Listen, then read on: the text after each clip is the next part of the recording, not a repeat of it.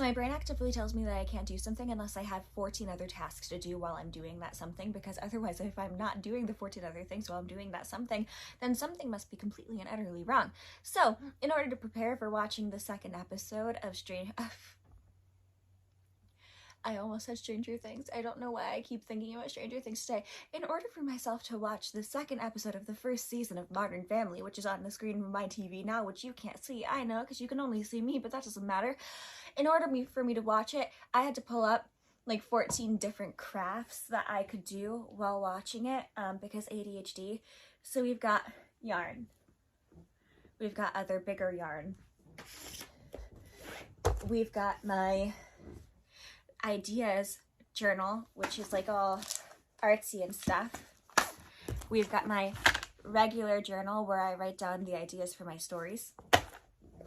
We've got tarot cards, even though I won't be able to pay attention to tarot cards and watch a TV show at the same time. And we have, where are they? Yes, index cards for me to doodle. No, I do not doodle in this. I only doodle on these. And then sometimes they go in this, but they first must be doodled on these. So anyways, now that I have all these things and have taken a dose of cold medicine because I don't want to have a stuffy nose while I'm talking for a long period of time, and 3 drinks, an Element salt water, orange flavored, a polar seltzer that is half drunk, along with a store brand seltzer that is brand new for when I finish the polar seltzer that is half drunk, and half of the rest of my second coffee of the day, I am ready to start watching the TV show with you guys. Anyways, we are on, I'm not going to say Stranger Things again. I'm not going to say Stranger Things again. We are on Modern Family, Season 1, Episode 2, The Bicycle Thief. Which, by the way, before we even get started, okay, on discussing this Modern Family episode, let's first discuss The Bicycle Thief, which is a brilliant French film about a family who is quite poor. The father works as a, I have not watched this movie in over a decade. Okay, I have not watched this movie since I was 18. So I cannot tell you the full thing. But from my memory, if I'm right, which I'm 90% sure I am, the father works as a gas station attendant, the guy that puts the gas in and then takes the gas out, or maybe his kid does. His kid might be the person who works that. And the father is trying to look for a job because the kid is the one doing that job. And what does he do? He goes and he and his wife take all the sheets from their house and they pawn them so that they can have enough money to buy a bicycle, so that he can have the job as a bicycle poster person who puts up posters in the town. It might be an Italian film now that I'm thinking about it, not a French film, an Italian film. And he puts the posters up on the town, and within the first hour of him doing that, of having this new-ish bike and having this new job that's gonna save his family, his bicycle gets stolen and he can no longer put the posters up. He cannot have this job unless he has the bicycle, and he cannot lose the job. He can't buy another bicycle unless he has the job, right? So it becomes this thing where he's going around the town, he's trying to find the bicycle, and at the end of the film, when he thinks that all hope is lost, he sees other people's bicycles and he tries to steal another person's bicycle, and this time he gets caught and a bunch of people start attacking him for having tried to steal the bicycle, and he breaks down, and it's a very, very heart-wrenching movie, okay? It also, the entire time that you're watching it in a film class, makes you kind of go, I'm paying so much money for this. I'm paying so much money to learn about this. And it's about a man with a bicycle, then he doesn't have the bicycle, but it is a really immensely beautiful look at the concept of humanity, the concept of how humanity comes together, the concept of how humanity comes apart, the concept of family, and why family structure is so important, and why family sticking together is so important, and also a deep look at poverty and how losing one thing can ruin a family and really destroy them, because the world is awful. And anyways, it's a beautiful movie. If you ever have the chance, I'm pretty sure it's probably on like HBO Max or something. I will not just call it Max, mostly because my dog's name is Max, and you know, he gets confused. But anyways, we are at 0,000 seconds. So I'm gonna I have an Old Navy sticker in my hair. I was wearing a new Old Navy scarf earlier, and I must not have taken the sticker off. So that's been in my hair possibly for a very long time. I'm just gonna, I have a trash can right there. Just gonna take a sip of this, and then we're gonna start watching the show. So we're at 0 seconds of the show. Bicycle Thief. It's gonna be great.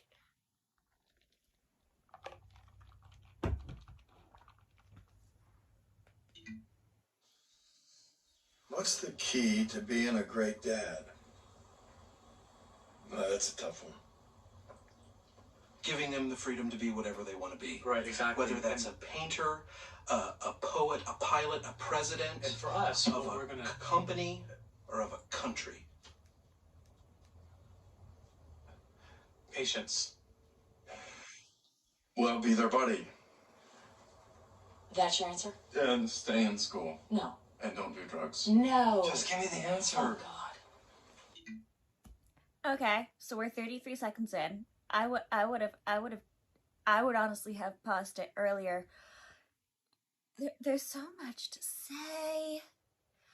First and foremost, I love that we don't get Jay's answer, because Jay answers at the end because Manny's teaching him how to be a dad for real this time around. I will say that. Second of all, Cam bombarding the entire question and deciding that he's just going to put a bunch of words in there that say nothing, and that he's going to give his kid the freedom for everything, which also he does not do. The minute Lily stops being his little, like, symbiote, he stops caring.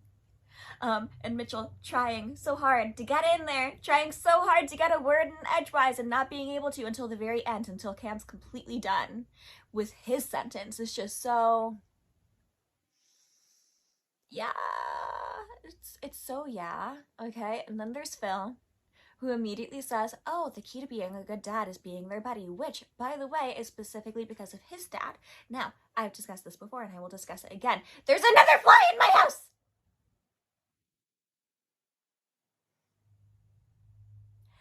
Phil's dad shows what it is really to be a good dad, and Phil's dad does act like Phil's buddy. Yes, that is a really important part of Phil's dad's character, whose name I can never remember.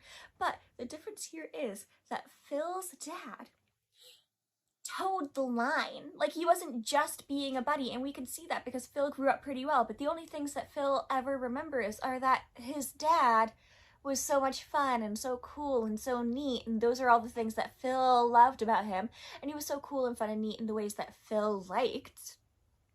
So Phil takes that and he goes, oh yeah, my dad was so cool and fun and neat because of all these things that I really liked. And so he does that with his kids, where he's like, you're gonna like exactly what I like, which is not actually what we can imagine his dad actually did. So yeah, there's that. And then of course there's Claire in the background being like, really, that's your answer? And Phil's other two answers weren't even related to being a dad. And then he just wants Claire to give him the answer. Yeah, we're 33 seconds in. We're 33 seconds in. Still thinking.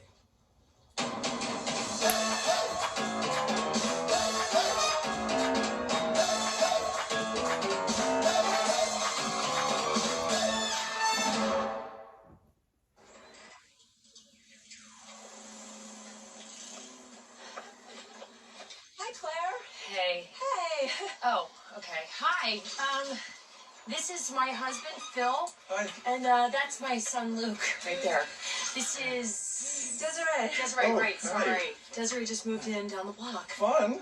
Where? 314. Oh, with the 2-bedroom cottage with the indoor-outdoor family room. Very good. Bet you're loving that steam shower. Phil, it's creepy. Oh, sorry. I'm a real estate mogul. What? So anyways, Phil immediately goes in with it, and he acts chill at first, like, actually, him being like, oh yeah, you bought this house? Pretty normal for a real estate agent. But then he's like, I bet you're loving that steam shower. And Claire has to remind him that it's creepy, and Claire does that in the beginning seasons, but then she doesn't do it very much as the show goes on, which she should continue doing, which I think she just kind of gave up, because honestly I would too. But Then Phil calls himself a real estate mogul, and you could say, oh, it's because he's trying to, like, you know, show who he is, show his job, show how good he is at it, which you would think. You would think that's what he's doing, but this woman already bought a house. She already bought the house. She already sold hers, you can assume, because she already bought a house. He's not trying to sell himself as, like, a real estate agent because he's, like, so good at it. No, he uses the word mogul to make himself sound amazing. Because she's really hot. Because we see this woman who's just in a sports bra. It's not that low cut, but her boobs are huge. And she's got a flat tummy, and she's wearing shorts, and Phil's all over it. And also, in this scene, could Claire have been kinder immediately? Yes. She could have, and she probably should have, but the year was 2009. And women were not standing with each other ever, and this show really, really tried to prove that continuously forever. We'll discuss that a tiny bit more later. I'm gonna press play now. We're at 1 minute and 25 seconds. And also we're at 11 minutes filming. I am a real estate agent. We caravan that house. Great deck. Thanks. I'm just there till my divorce is final. Now, who is coconuts enough to divorce you? Oh, we gotta go. But we'll see you around. Well, we'll have to have you over sometime. I love it. All right. Bye. Bye. Okay, so two things. One, I feel really bad for this woman because she's clearly not, like, actually trying to flirt with him, I would think. It feels more like she's just very lonely. And you know how you can tell that she's very lonely? Because she knows Claire's name and Claire doesn't know hers.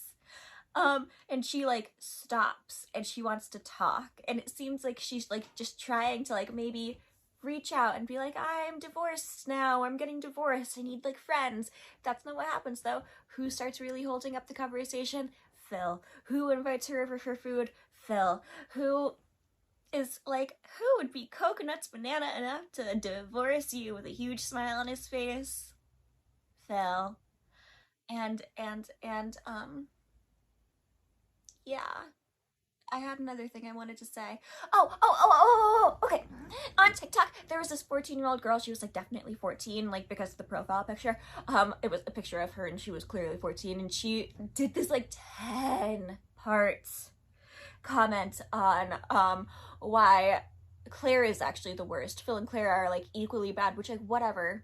And then tried to tell me that the time that Phil was in the hospital with kidney stones, that he was not flirting with those women, he was just showing them magic tricks. And she was like, you have no proof that he had been hugging them continuously for that entire night. You have no proof. And I'm like, they literally say it. They're like, oh, what, Phil, no hug? We've been hugging all night. Or like, no famous Phil hugs or something like that. And all these women have super low cut tops. And this girl was like, no, like, he wasn't flirting, he's married. He was just showing them magic. And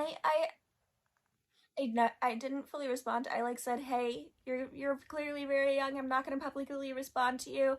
But look back at the show when your prefrontal cortex is fully developed. And then I blocked her because it just wasn't, I'm not gonna fight with a 14-year-old. But I'm bringing this up because it makes so much sense that, like, a 14-year-old would look at this show and be like, Phil's not flirting with anyone.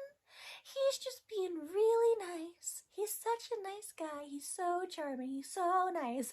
And, like, not look at every single red flag, because when you're 14, adult men don't seem creepy, they just seem cool and chill. That's why watching Juno when you're 11, watching Juno when you're 27 is a completely different experience. Because when you're 11, Jason Bateman's character seems like a super cool, awesome adult who just really gets that Juno is also really an adult. She's an adult now. She's having a baby.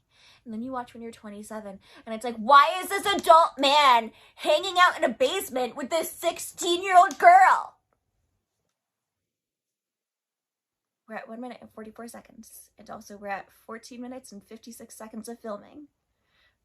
Before I cut things up. Well, I'm not going to cut most of the stuff up, but, you know, cutting up the beginning where I, like, press play and get myself comfy, and then the end, but, like, whatever. So...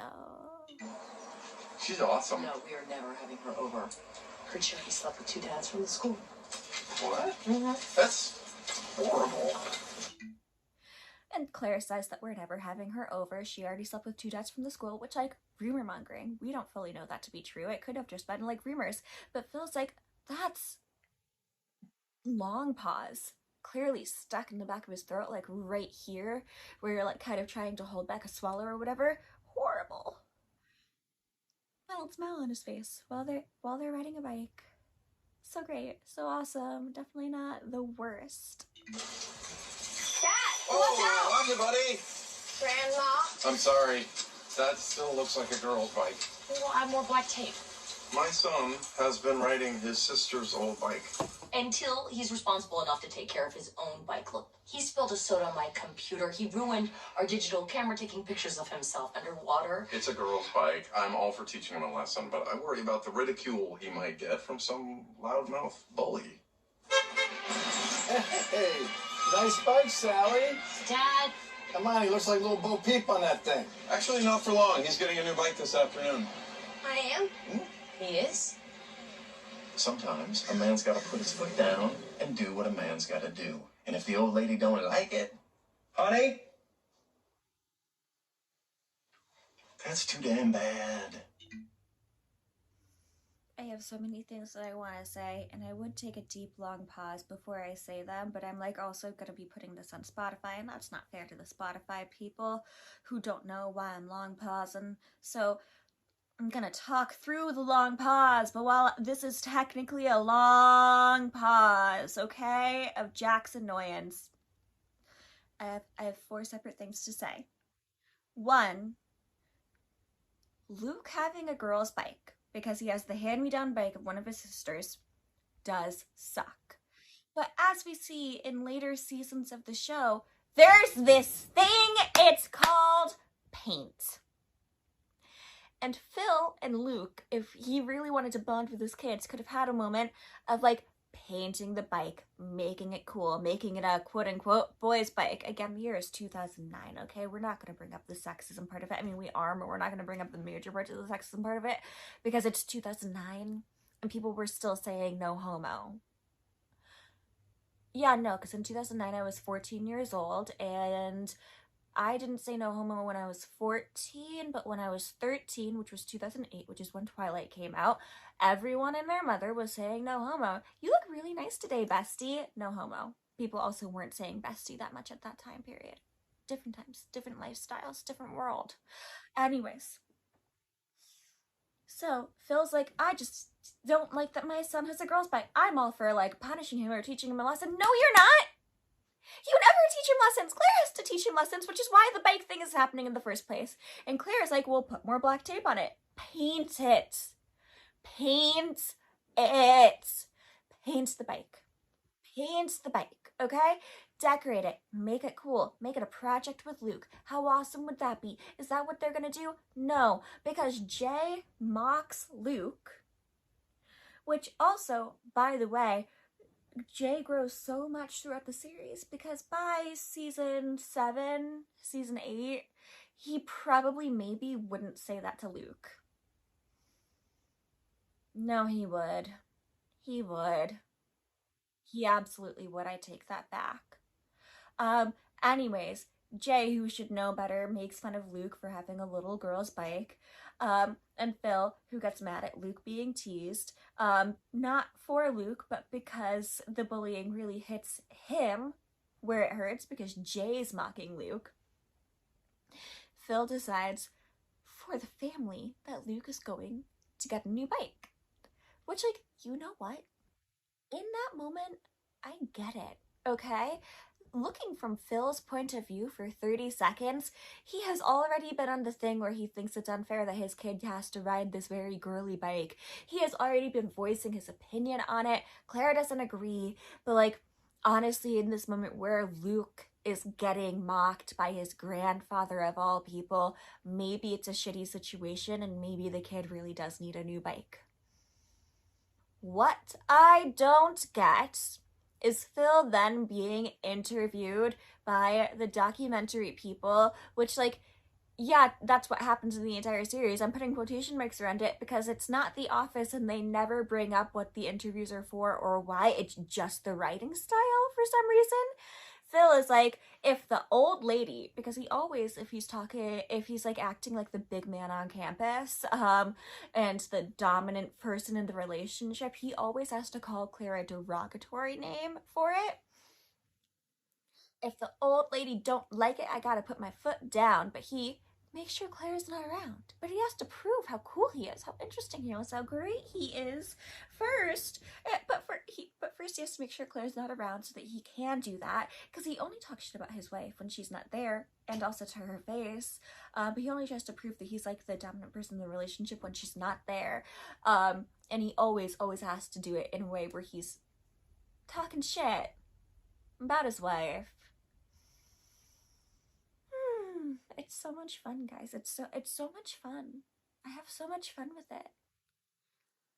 Also, I would really like to be mad at Jay for one more second before I press play, because why are you stopping in the middle of the street to make fun of your grandson for a bike he has no control over? Why is Jay, who actually is quite handy and quite tool-worthy, not being like, we should, like, make that bike cooler? Or Jay, who has lots of money, you know what, I'll get you a new bike, kiddo.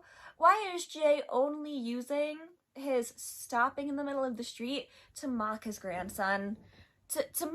Mocking his grandson because he has to nudge Phil a little too far. Like, I really dislike every person in that scene except Luke, because Luke is just an 11-year-old boy who really wants a bike that's not super girlified. And to bring up the Bridge to Terabithia of it all, it reminds me of Bridge to Terabithia, where Josh Hutcherson's character gets his sister's hand-me-down bike and his sister's hand-me-down shoes and his sister's hand-me-down lives, basically, of all their stuff, because they have a pretty poor family with a decent amount of kids in them, in the family. And he has to color his shoes in with Sharpie and, like, try to do the same with his bike, because his parents don't really help him with that. They're just like, well, you have to do this. You have to wear this stuff because this is what we can afford. And it always broke my heart as a kid, rewatching that movie, the 2 times I ever rewatched it after seeing it in theaters, and reading the book, because it was such an unfair thing, where he felt so ostracized by all the kids because of that specific thing. We're 22 minutes and 55 seconds into filming, and 2 minutes and 45 seconds into the episode. I'm so sorry, guys. Yes. Who's excited, huh? Cam, come on, hurry up. We're going to be late. It's a toddler play class, not a flight to Cabo. We're going to be judged enough as the only gay parents there. I don't want to be the late ones, too. Wow. Paisley and pink. Was there something wrong with the fishnet tank top? Obviously not. I'm wearing it underneath. Kidding. Just... I will bring it up again. Yes, I do have a Wicked cup. It's from Target. This is Alphaba. Mitchell constantly being ashamed of how being gay and how gay Cam is so frustrating. Like, it's mean. It's mean to him. It's mean to Cameron. It's mean to Mitchell. And, like, I don't like Cam.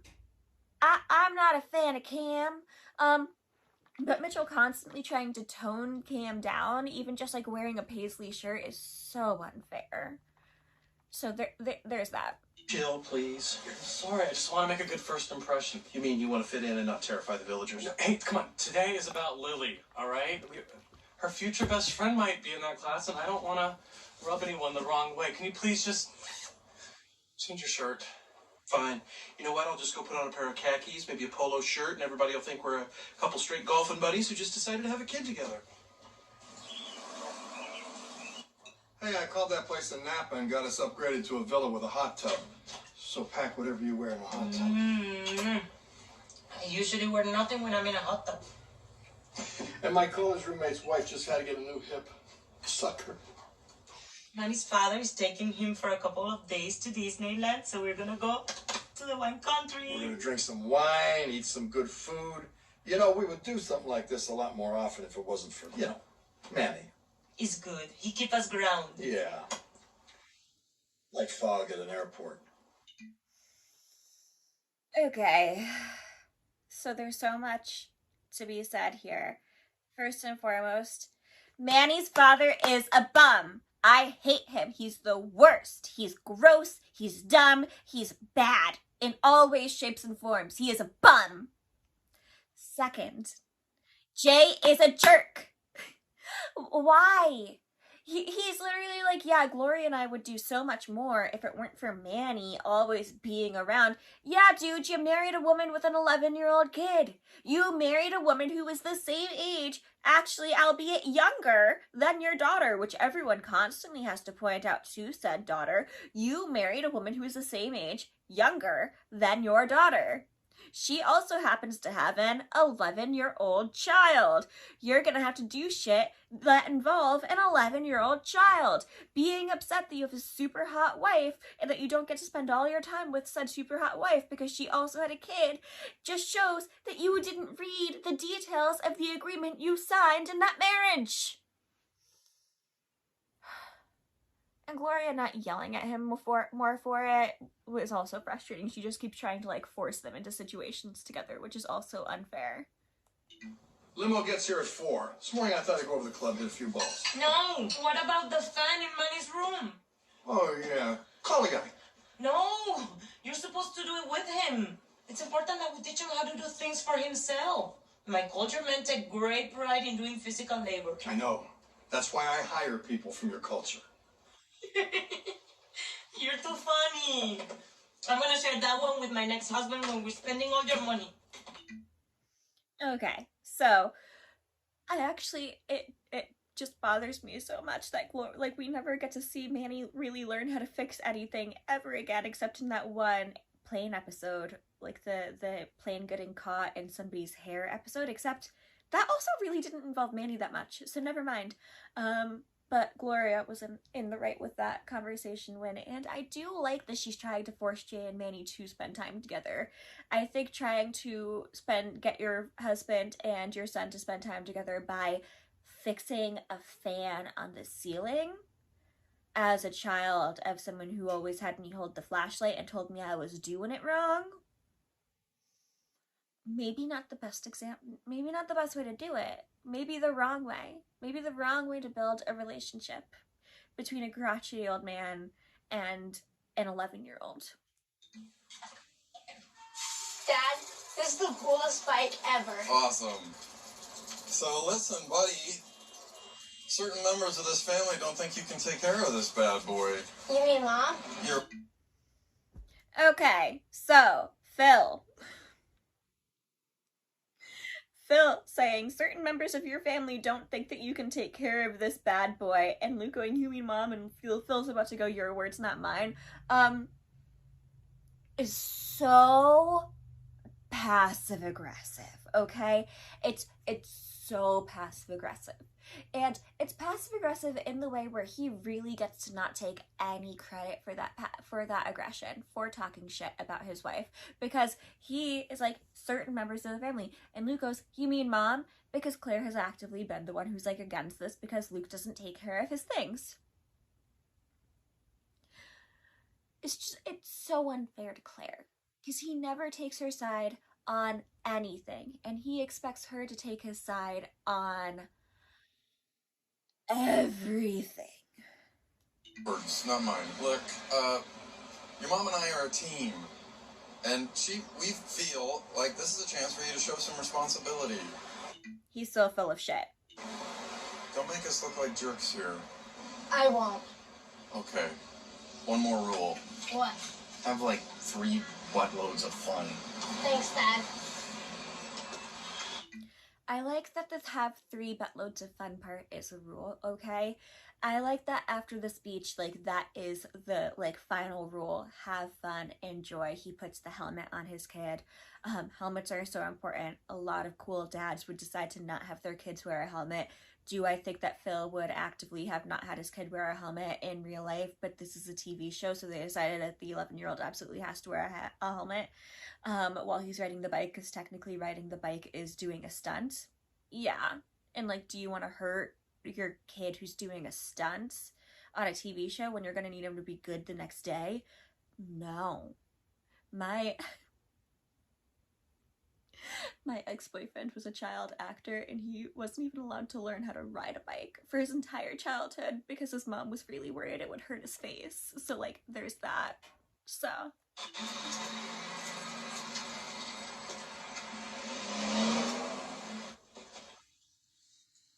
So let's do this. Okay, but I need to be done by 3. That's when my dad's picking me up. Hey, if we're not done by 3, I'm gonna tie a noose on this thing. In Colombia, there's a saying. If you have two stubborn burros that don't like each other, you tie them to the same cart. The ceiling fan is the cart. My dad's... I completely understand again why Gloria decided to do this, but again, making a fan with a crotchety old man and an 11-year-old who's about to see his dad for the first time in presumably a year is not an ideal situation. Any other situation, any other thing that you could do, okay? Also, little Manny was so cute, and he loved his dad so much, because it's so much easier to love your dad, especially when your dad is not around, and I wanna hug this little kid. Because his dad is such a disappointment for him always, but he does get Jay through all of this. So, like, whatever. I'm pausing so much, guys. I'm so sorry. Someone tell me that it's okay that I pause so much because you like hearing me talk. It'll make me feel better. taking me on Space Mountain. It's supposed to be really fast, but he's not scared of anything. He doesn't even wear a seatbelt when he drives. Wow, how about that? Killed a bear once. Really? Was the bear sitting in the passenger seat? He killed a bear once. Whenever I think of bears now and, like, the death of bears, I just think of RFK Jr. And I will always now think, when I think of bears and the death of bears, of RFK Jr. Which is saying something, because I had a bear over the summer trying to build a home for hibernation under my house. So I kept having to, like, call animal control and, like, bang pots and pans to try and get the bear away from my house and, like, fill in the hole under the house, and, like, that was the whole thing. But is that what I think of when I think of bears? No. I think of RFK Jr. being fucking weird. And also, you know who RFK Jr. is married to? Cheryl Hines. He's married to Cheryl Hines. If you don't know who Cheryl Hines is, I'm gonna look her up really quick. I know her best from the show Suburgatory, which was a masterpiece of comedy and sitcoms in general, and it was canceled too soon, and it was perfect. But most people probably did not watch Suburgatory, which is why it got canceled after 2 seasons. 2, I tell you, 2 seasons. It was so unfair. It was so unfair. It deserved so much more. More time, more opportunity, more money, more love. But Cheryl Hines is this chick. Her. Yeah. She's also done a bunch of other things. She did the Robin Williams movie RV, which I reference all the time when I ever tell someone, like, if they've done something for me and I go, my hero.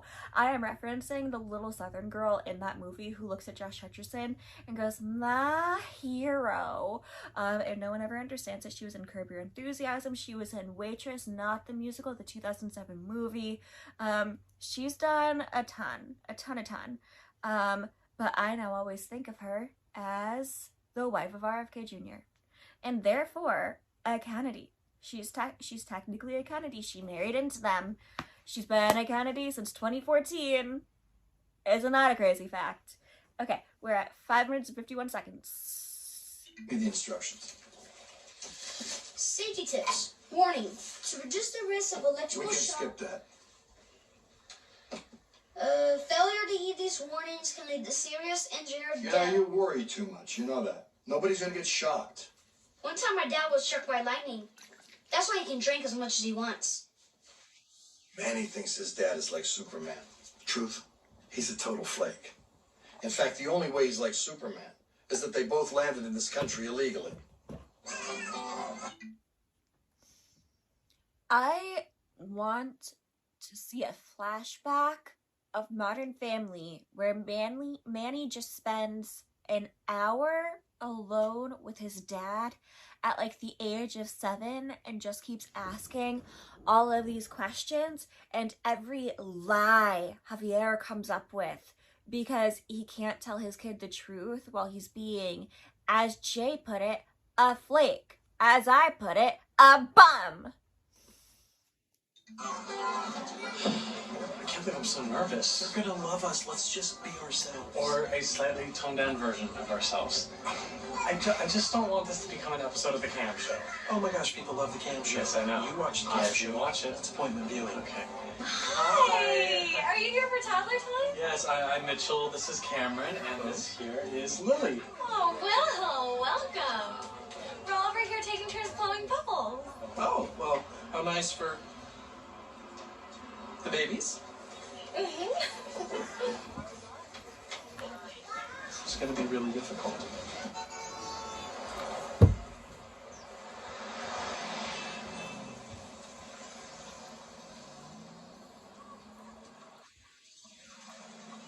"10 minutes after making a promise to me, he leaves his bike unlocked. All I can hear is Claire's voice in my head. He's not responsible. You never should have given him a bike." I know. I do a pretty good Claire. He does a terrible Claire.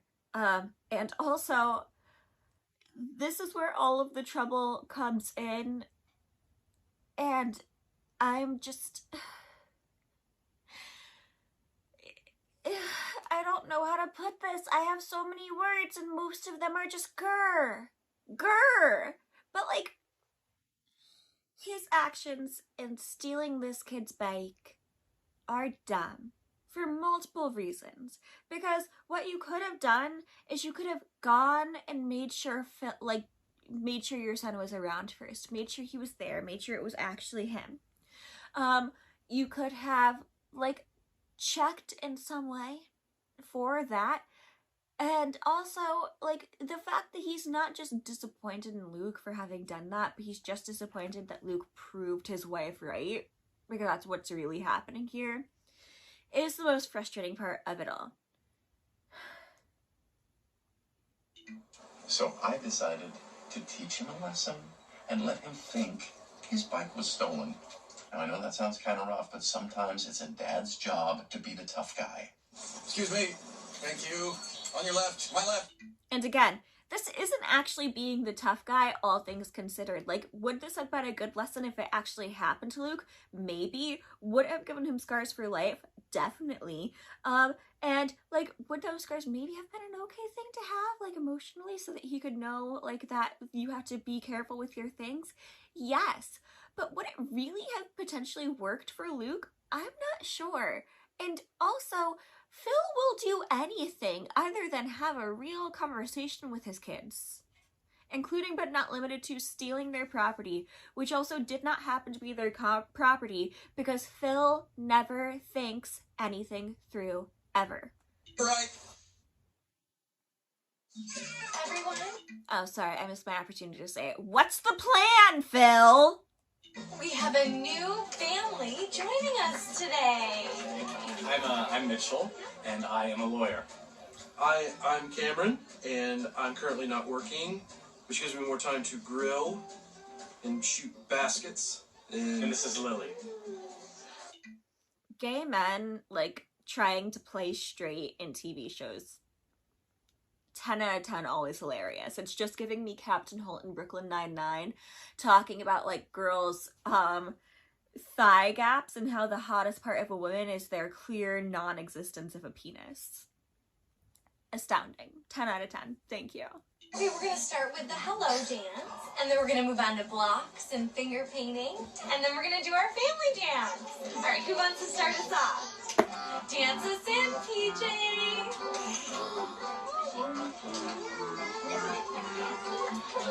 She's adorable. Oh, thank you.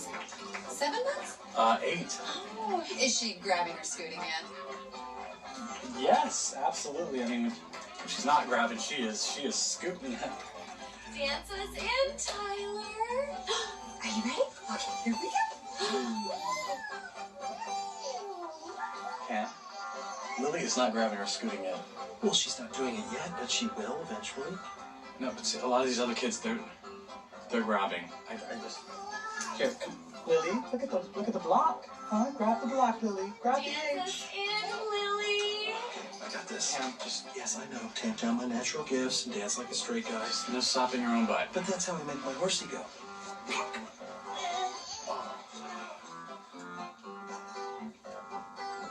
This part's part's actually so unfair to Cam. Like, he just wants to dance with his daughter in a classroom full of people who are all trying to have, excuse me, fun with their kids and like enjoy themselves. And also Mitchell being so obsessed with the fact that Lily's not grabbing or scooting to the point that he's like actively trying to figure out a way to prove that Lily's grabbing and scooting and like fix it. I understand, because like it is worrisome when your baby's not doing things that maybe they should, but also they just adopted her from another country. They're her parents and they're very new parents, which means that a bit of regression is very much probably expected.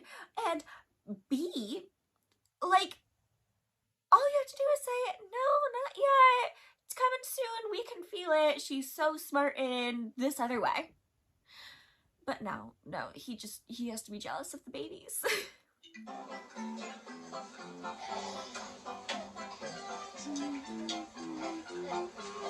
Kid. That was very good. I feel dirty. Oh, hey. Hey, hi. Hi. Hi, this is really embarrassing, but I locked myself out of my house. Oh, I do that all the time. Don't be embarrassed. I was hoping you could help me. There's a window open, but I can't reach it. Would you mind?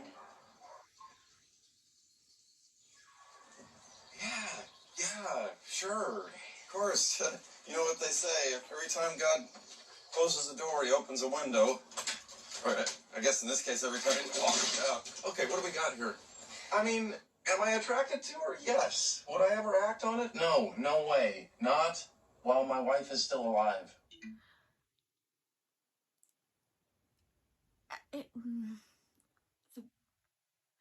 No.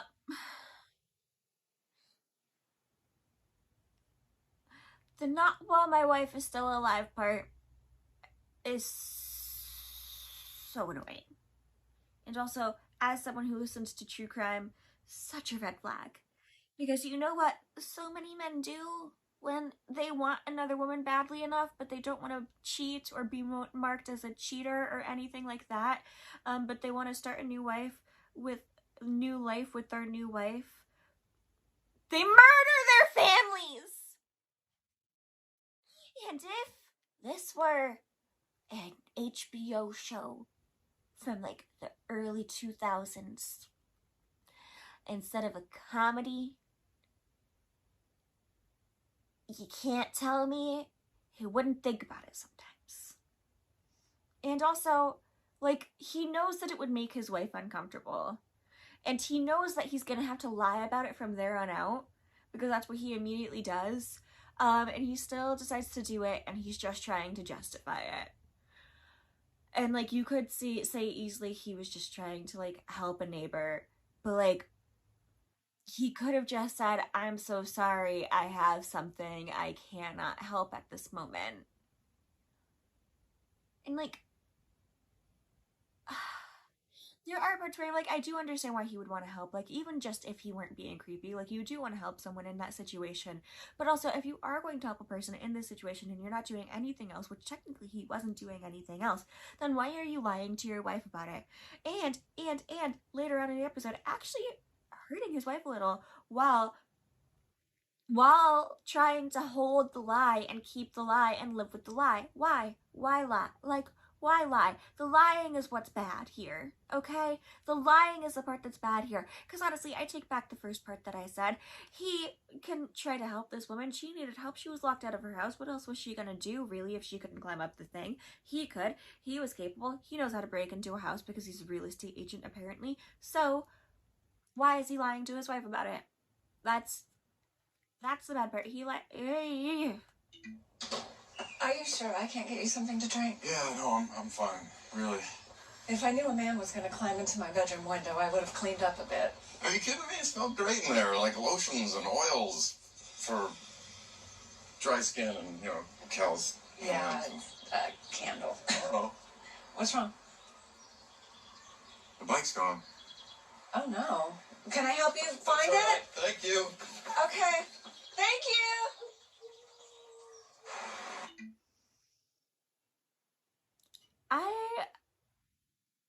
I I sometimes look back at this episode and I do wonder if that woman was hitting on him and trying to, like, find a door. I do wonder. Also, that woman is fucking snatched. Okay? Like, wow. Wow. Okay, thank you. That was all. So to teach him a lesson, I took his bike, and then, crazy thing, I put it down for 1 minute, and someone swiped it from me. Maybe that was your dad teaching you a lesson.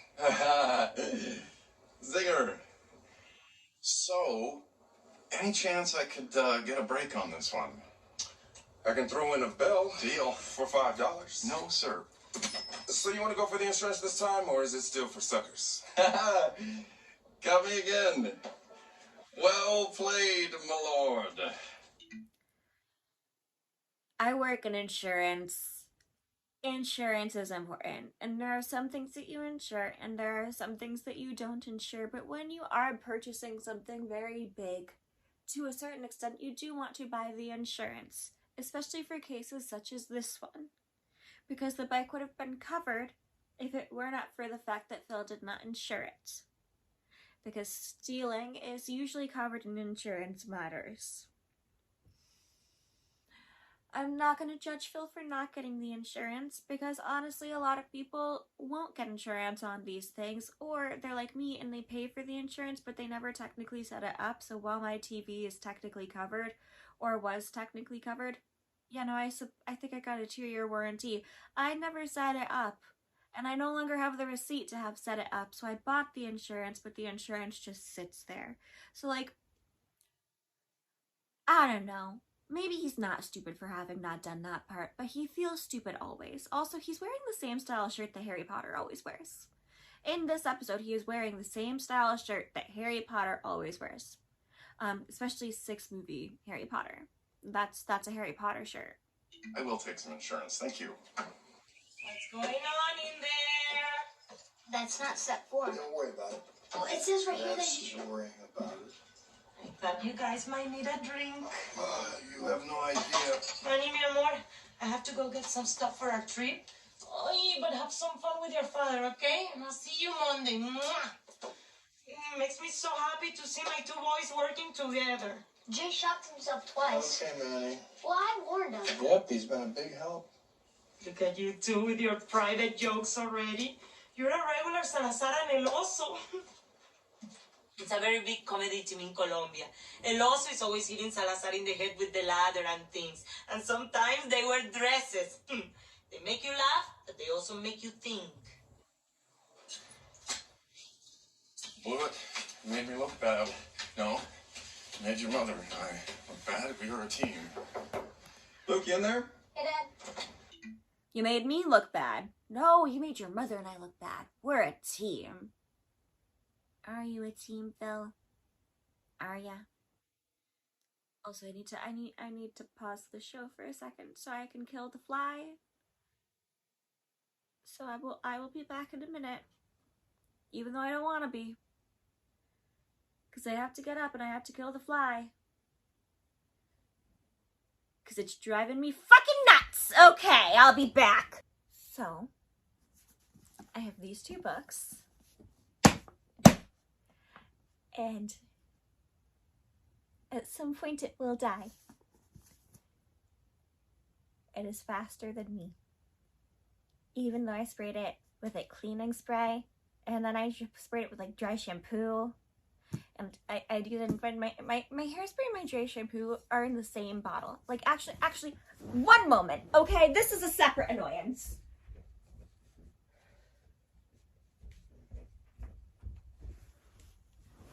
I don't use hairspray, so I only buy dry shampoo, okay?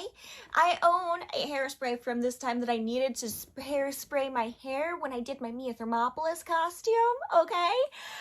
So I went to Target or something the other day, and I went for my dry shampoo. This is my dry shampoo bottle, okay? Not your mother's dry shampoo, bodybuilding, Plump for Joy, dry shampoo, orange mango scented, okay? I did not grab this. I grabbed this, which is not your mother's Hairspray. Plump for joy. Hairspray. Wait, not your mother's. Volumizing. Plump for joy. Hairspray. It was a very crowded aisle. I wasn't looking that hard. I went, that's the thing I need. And I grabbed it off the shelf, and then I went home. And then the next day I was like, I didn't wash my hair last night. It's greasy. And I just sprayed it down and went, wow, why isn't any of the white stuff coming out? Smack, smack, smack, smack. Tried again. Found out it was hairspray. Then I had to go out and buy dry shampoo, and now I will never just kind of glance at stuff again. This is a travesty! A travesty!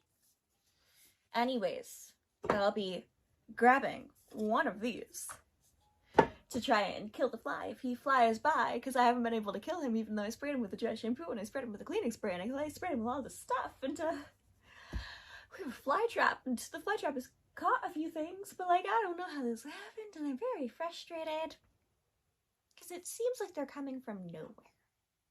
Like, it wouldn't frustrate me as much if it didn't seem like they were coming from nowhere. But anyways, we have 10 minutes left of this episode. I'm just gonna set everything back up. Okay, we're 12 minutes 13 seconds into the episode. Phil is about to yell at Luke without talking to him, without really talking. We're getting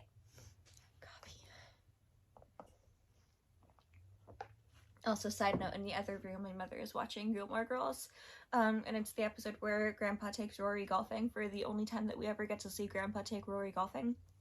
And that episode is very heartwarming, but also, do you know how easy easy of a time Emily could have had trying to bring Lorelai back into the fold if she didn't try to brag to Lorelai every time she wins?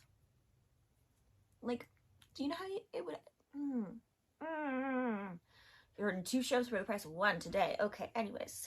12 minutes and 13 seconds, and I'm gonna press play. The fly is nowhere in sight. I think we're Gucci. Hey, buddy. Motherfucker! That was pretty fun today, huh? Getting a new bike? Yeah, it was awesome. So, what happened after I took off? Anything you want to share with me? Not really. So, if I went out to the garage, take a picture for a scrapbook, there'd be no surprises? I'm so sorry. I didn't mean it. I just made a mistake. Yeah, a big mistake. You're making me look really bad here. I told Mom you were ready for this. It's just a scratch, Dad. That's not the point, Luke. What? I scratched it on my way into the driveway. I'm sorry. So, it's not stolen? No. Why? That's good. Because there are bad people out there who would steal a bike. Those are thieves. You sit there and think about the scratch part. That's not good either. You gotta fix that step. So don't scratch anything while I'm gone, unless it itches. That's different. The good news is Luke has his bike. More good news. I taught some random kid a valuable lesson by stealing his bike. Best news. Claire knows nothing. So, I figure I'll just dump the new bike where I stole the first bike. That way random kid gets his back, and this new bike doesn't raise a lot of embarrassing questions like why I had it, or who boosted who through a bedroom window. So, everyone's happy. I just want to bring up the fact one more time that my entire point of this entire Phil debacle is that he just decides to lie to Claire. I just want to bring that up before we continue, okay? Thank you. Uh-oh. Ah, son of a... You gave me the wrong screwdriver. Maybe you're just using it wrong. My dad's great with tools. He can get the wheels off the car in less than a minute. Just get me to wine country. Just get me to wine country. Sorry. I think my arm is broken. Relax, it's not broken. How do you know? You don't know anything. You have no concern for safety. Because it didn't hit you that hard. Why don't you just say it? You don't want me around. You know what, right now, I don't. I don't want to be with you either. I want to go wait for my dad. Oh, but if you leave, how will I ever finish? One of these characters is an 11-year-old boy. The other is in his 60s. Actually, he's supposed to be like in his 50s at this point, but that math doesn't make enough sense to me for me to accept it. I know it technically makes sense, but I don't like it, so I'm not allowing it. One of these men is an adult, okay? And one is 11. And honestly, the 11-year-old is acting a little more mature than the adult. Sure, he keeps going, my dad can do this, my dad can do that, my dad can do that. But honestly, 30-year-olds do that too. So, like, still being more of a mature adult. Because why does the 11-year-old know so clearly that his stepdad doesn't want him around? Why?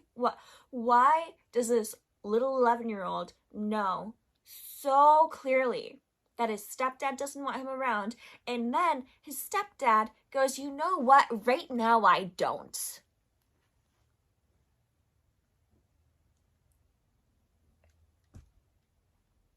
You know what? I wish you never married my mom. I hate living here. You think I like this arrangement? I got a 2-seater parked in the driveway. Again, Ed, the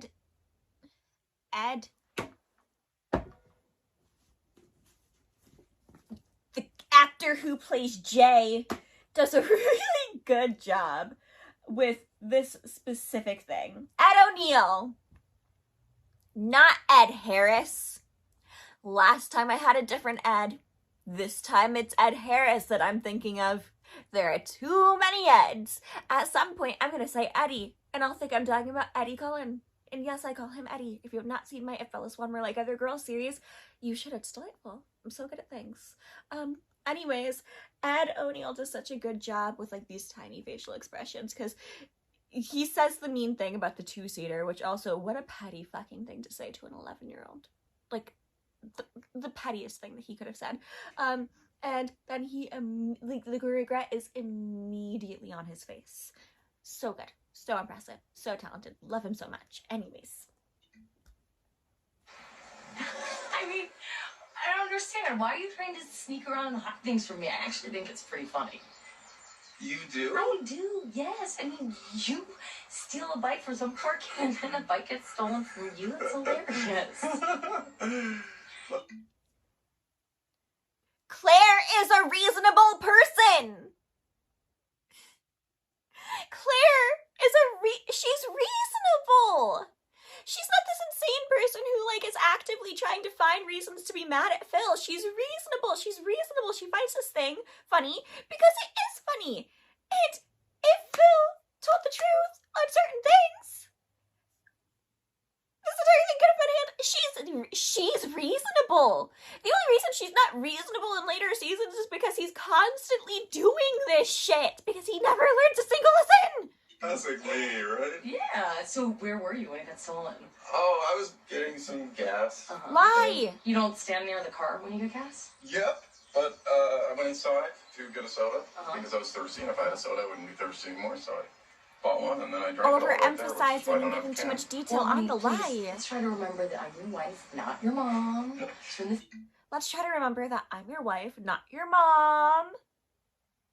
The fly is back.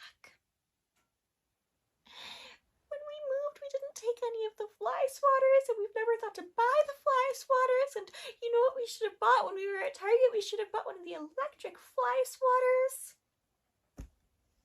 You know how quickly I could kill that thing with an electric fly swatter? Give me 2 minutes. Give me 2 minutes. It would be gone. Anyways, the fact that Claire has to say, remember, I'm your wife, not your mom, is something that honestly could have become her catchphrase if they had wanted to make her a more unlikable character, honestly, because people would have gotten so annoyed with her having a catchphrase so fucking quickly. Her catchphrase literally had to be, what's the plan, Phil, and nothing else, because nothing else would have worked with people not being actively annoyed at this woman. But, like, Arr! Make sure you don't need to hide things from me, okay? Okay. Oh, yeah. You get back here. What are you doing? I just love me. It's so darn wet. I know, I love you, but that hurts. Let's get you inside. She's literally going, hey, that hurts. Like, I love you too, but that hurts, because he's hugging her so tight because he's still trying to keep the secret, and he can't think of a way to keep the secret because the secret's right in front of him, the secret being Desiree coming back with the bike because she found it in her garage, which will come up in a second, and he's hugging Claire so tight, he's hurting her. Hey. I know, that's hurting a This is a lot. hot one. Hello, hi there. Oh, hi again. hi. I found your bike. Oh, good. You at the gas station? No, at my house. One of my neighbors saw it and put it in my garage when you were in my bedroom, so. Classic me. If he had told the truth, maybe it wouldn't be so bad. Or maybe it would, but we'll never know because he is a liar. A liar, I tell you, a liar. Also, Desiree in this entire episode seems so innocent. If this were an episode of Rivals or a part of the book, right, like of the Rivals Red Shirt Chronicle series by Julie Cooper, it would be on. It would be on like Donkey Kong, okay? And also, I know I didn't say Donkey Kong with the full so I'm correcting myself before people correct me in the comment section. But also, like, I don't know. It's 2009. It's 2009. That's all I got. Come on, honey, grab the block. See, like he did, you gotta do that. You gotta grab it like him. Seen any movies lately? Yeah, you know, my husband and I just rented Mamma Mia, which I liked, but I don't know that Meryl Streep was the right choice. What did you think? Excuse me. Meryl Streep could play Batman and be the right choice. She's perfection. So my friend Meredith just made a video on TikTok, and she was talking about Bowen Yang, and she was like, yeah, no, Bowen Yang could play Batman and be the right choice. And I was like, you were referencing Modern Family, and she was like, just for you. And I was like, yeah, just for me. But also, I would love to see Bowen Yang play Batman so much more than I would like to see Meryl Streep play Batman. Okay, I would love to see Bowen Yang play Batman. That would be so much fun. Like a 1960s style Batman. I'm in. Let's do it. Whether she's divorcing Kramer, whether she's wearing Prada, don't even get me started on Sophie's Choice. Get emotional thinking about it. I have never seen Sophie's Choice. I will never see Sophie's Choice. I have a degree in film. They never forced me to watch it, and now I will never watch it. She couldn't forgive herself.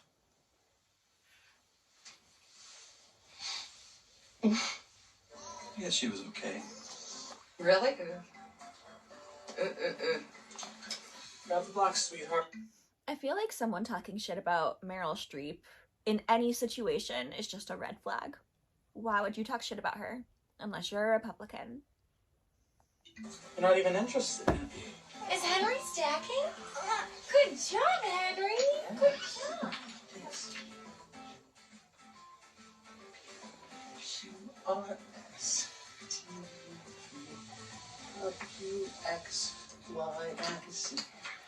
Okay, here is the issue with this. Why wouldn't he just stack Lily's stacks himself? Like, he steals this other little kid's blocks, which A, you can't tell me that little kid wouldn't cry. His blocks are being stolen. That kid didn't even look like he wanted to touch the blocks because they just hired a kid to sit there and look ahead, okay? But also, you have the ability to stack the blocks yourself. And instead, you steal another kid's blocks, which is insane, because you're so worried that people will judge you, which, like, I get. And don't even consider the consequences of these actions. Also, where is that little kid's mom during all of that, honestly? Like, also, like, why is this kid just alone with blocks and no parents when all the other parents seem to be, like, surrounding their kid? It's such a weird moment to have decided to write. Whoa, Lily. Oh, not so high. Oh. That is a big moment for her. Would you like a videotape? You know, I don't know if I can actually get her to do it again, so. Well, we tape all of our classes. We don't like parents bringing cameras in. It takes them out of the moment. I'll get you a copy after class. That's super. Yeah. Thank you. Cam, let's go. I don't know what's happened to me, but I just stole the baby's intellectual property. What? You'll see it tonight on the news. Come on, let's just go. Oh, look who's here! Anton and Scott! Oh, sorry we're late. Oh, don't look at me. The eye candy here can't leave the house without spending 20 minutes in front of the mirror. Are you kidding me? I am so sorry. Look at those queens. I would have killed with this crowd. But you had to clip my wings, which you used to be the wind beneath. I know, I'm sorry. This class has turned me into a complete monster. I'll make it up to you. Let's just go. Okay, it's time for parents dance. Everybody dance while you're ready. And then one of the lilies started crying, so they absolutely switched out the lilies in that moment. Can't convince me they didn't. Because the other lily is just super dry-faced.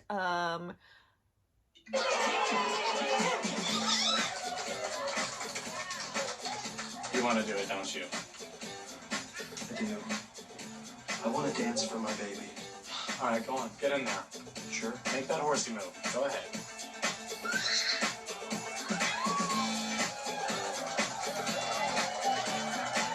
Okay, here's the thing. Cam goes and he dances in the circle and he's like, I want to dance for my baby. And he doesn't take the baby because it was all about him. And he kicks one of the other gay people out of the way. Oh,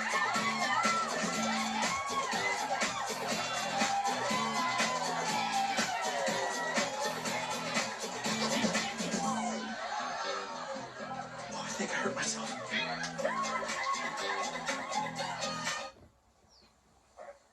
Oh, the Manny scene makes me really sad.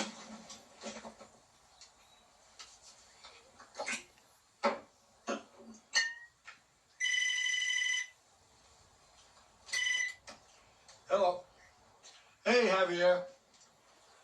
Manny's waiting for you outside. What? Why not? Hold that thought. His son's sitting on a curb waiting to go to Disneyland, and Superman can't drag himself away from a craps table. A bum. I'm the jerk. A bum. Say, listen.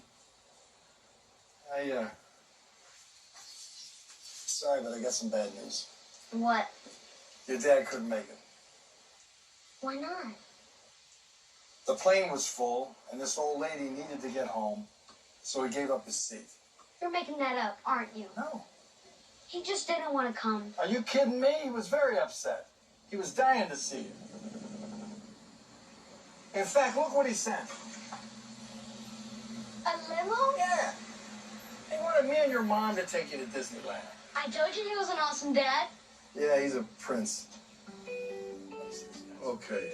The key to being a good dad. Look, sometimes things work out just the way you want. Racing to the end. That is not a good idea. For you. Sometimes they don't. You gotta hang in there. Because when all is said and done, 90% of being a dad is just showing up. See, Jay with the ending is just like a really magical moment because, yeah, 90% of being a dad is showing up and also, you know, actively trying to parent your kid without being abusive or scary. But like, it is showing up. We see that because Javier doesn't show up, but also the other things are bare. Like, I don't like the concept of saying bare minimum because people say everything is bare minimum when you start saying it's bare minimum. It's bare minimum that he did that when people are trying to be like, wow, he did like this really nice thing for me. And people are like, that's the bare minimum. And it's like, if everyone else is doing less than the bare minimum, then maybe that's not the bare minimum anymore. Maybe, I don't know. But like, so like,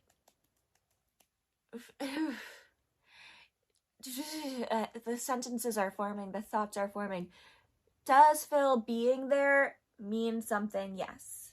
Does Jay being there mean something? Yes. Does Cameron and Mitchell being there mean something? Yes. But are each of them also really in need of parenting classes on how to do more and how to parent more in these situations? Also, yes. Do I sometimes wish that this is a 90s TV show style where like everyone learns a lesson at the end? Yes, deeply. I would love it. If Full House came back to this world and we were given another chance without creepy comedians being the parents for some reason and making jokes continuously about fucking children, I would love it. I would be so happy. I would be the happiest person in the entire world. I love a family sitcom. Now, a lot of people think that this is like my passion in life.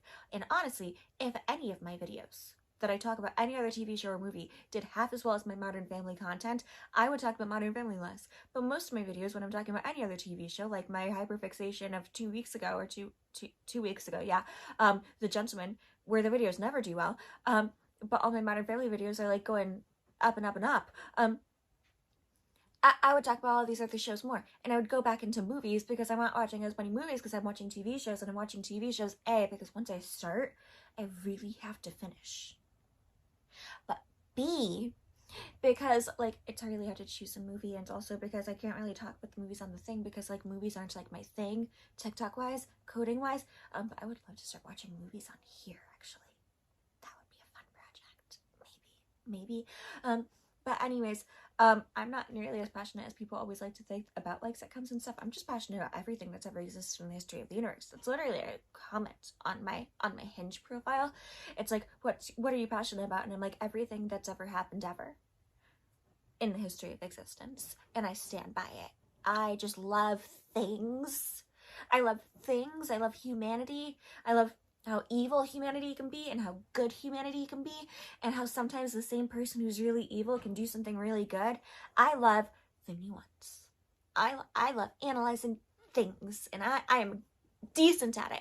I just sometimes don't think people understand that I'm not actually, like, I love this show. I love this show. I could go into this show forever. I've watched it multiple times. But it's not my main passion in life. It's just the thing that I can talk about forever and ever and ever and never stop because there are 11 seasons. And also everyone has basically watched it. So everyone seems to know what I'm talking about for the most part when I talk about it, which does help. We have 1 minute left, and then I will continue with the final thoughts. And then I will go and I will kill the fly, and the fly will die, and the fly will die, and I will say goodbye. Fly, you have died. Die, fly!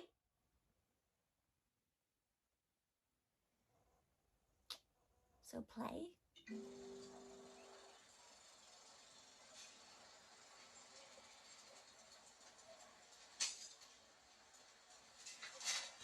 Hey, this is my bike. Oh, I don't, well, I was giving it back. Hey, that's my bike. Continues to chase after Phil and leave the bike where it was. But also, and very important, that poor kid, Phil stole his bike. He stole his bike. Phil stole his bike to try and teach his son a lesson that his kid did not learn. Like, Luke learned no lesson in this episode, mind you. Because A, Phil's flip-floppy parenting, and B, Claire was not really a part of this episode for the most part, and C, flip-floppy parenting. Actually, yeah, no, it's really interesting that they're, like, Alex and Haley aren't in this episode. Claire is barely in this episode. Claire doesn't get a storyline in this episode. Alex and Haley are completely forgotten in this episode. Luke is technically in this episode, but he really doesn't get a storyline. The only people who get storylines in this episode are Phil, Mitchell and Cam, who are fighting, and Jay and Manny, but not really Gloria. Wow.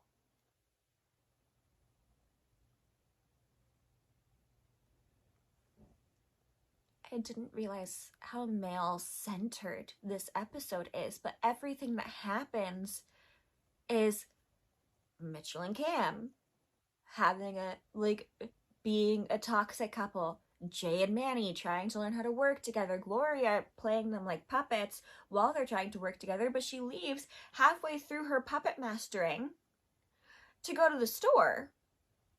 And then Phil flirting with a woman, trying to get like the whole bike thing, and Claire is just there to either judge him or not. Like, and I get that the episode begins with like, what is it to be a good father, and it's like a father-based episode because of that. I do get it. But also, is there an episode that really looks at mothers, like, as a whole, that doesn't involve Dee Dee? Because Dee Dee episodes don't count. They don't count. Dee Dee episodes will never and have never and can never count. I hate that woman. I don't like the actress. I've never trusted her a day in my life. I used to grow up watching her things. And, fun fact, I always thought that she played the aunt in Xenon. So I would, like, watch these movies, and I'd be like, it's so crazy that I like this lady in this. But I hate her in everything else, because she was in that, like, Girl Scout movie, and she was in Cheers, and she was, like, in other stuff. And I would see her, and on sight, I would hate her guts. I would want to punch her in the face. But when she was in Xenon, I'd be like, she's pretty cool. I like her. And then I just looked it up like 2 weeks ago when I was trying to look up Xenon's outfit, and I realized that actually it's not her. It's not the same person. It's a woman who looks and sounds very similar to her, but it is not her, which is why, in fact, I liked her, because it wasn't her, but she was playing the same role that I could have potentially liked if it were not for this woman and her punchable face. I keep doing this because I just watched the latest episode of Matlock last night, and it was like, not like nails centered, but like also not nails centered. So like a lot of the stuff that happens in the episode, like with their investigating, happens in a nail salon. So like you see like women go like this a lot, but also on top of that, I keep watching Cynthia Erivo interviews, and she like goes like this to like, because people will ask her her nails, because her nails are amazing. Her nails are amazing. So she keeps going like this, and I'm like, yes, amazing, perfect, I love it. But also I do this, but I can't wear fake nails. I have worn fake nails. I can't wear them because I'm never gonna go to a salon and get fake nails put on. If I'm going to a salon, I'm just gonna get my nails painted because I have a mild fear of fake nails from just like, yeah. And when I like do them myself, like, and just do press-ons, then they like sometimes, you know, when the glue starts to unfold and then you put your like the nails in your hair and then your hair gets caught. I already have curly hair. It's already always caught on things. So when it gets extra caught with the nails, issue, problem, bad, can't do it. Should not do it, can't do it, won't do it. But yes, so anyways, this is not one of my favorite episodes of the entire series because I think it really starts to show exactly who Phil is. I think it's a perfect example of how Phil, like just hits a moment from the beginning of the show, and then people try to say that he doesn't. But also, it's just like, I'm realizing now another reason I really don't like this episode, because it's so male-centered, and I just never realized it. Like, we don't get Alex, we don't get Haley, we don't get the women in the episode. It's just men, for the most part. And I'm gonna keep harping on this because I never realized it before. It's like whoa, light bulb moment. But yeah, so it's not my favorite episodes in the entire series. Like, the storytelling is interesting, but no one has a story together, which I think is the bigger issue with this, because as Modern Family goes on, everyone's stories really do all come together to like match up in the end. They have a moment somehow, some way of the family being together. And I think that the writers and producers and directors of this show realized that was necessary to keep going with the show, because this was good. It's great. Writing is good. It's a very well written show, okay? The characters come off immediately. Like, you know the decisions that they'll make, you know what they'll do, you know how they'll do it. But there just wasn't enough. Like, it felt unsatisfying. Overall satisfying, because if you give Ed O'Neill a speech, tears will come to your eyes. You'll laugh. You'll cry a little. You'll be happy. You'll feel satisfied. But did the entire thing feel satisfying? No. And is another part of that because no one learns their lesson for real? Yes. I just miss when lessons were taught in TV shows and books and movies. I do. Because now everyone always goes, well, that's not political. It's not political. Everything is political. Everything. You know that TV show that you like from the 90s? Political. You know that TV show you like from now? Political. But you know what happens when you don't try to teach anyone a lesson and you start like doing like humor where people suck, and the humor is supposed to be that people suck? People in real life start sucking more because they're seeing characters in TV shows who are actively sucking in the way that they want to suck. And after a while, if every TV show was having characters suck in very similar ways, what's gonna happen? It's gonna stop being parody and start being realistic. And then people will just forget, oh, that's not how we're supposed to act. That's just how the TV show is like making the sitcom characters act. But now even the people outside of sitcoms and the drama stars and all that jazz are acting the same way. So I guess it's okay after all for us to all do that. I don't know why I'm talking a southern accent now. It's a really bad southern accent, but I can't stop. Oh, good, I stopped. Anyways, that was Season 1, Episode 2 of Modern Family, titled The Bicycle Thief. I gave you a bit of history on the bicycle thief. I gave you a lot of information on family dynamics. I also gave you information about a fly who will not die. He's dead, but he's not. I wish that the fly were dead. I wish that that fly would just die. I wish you would die, just die.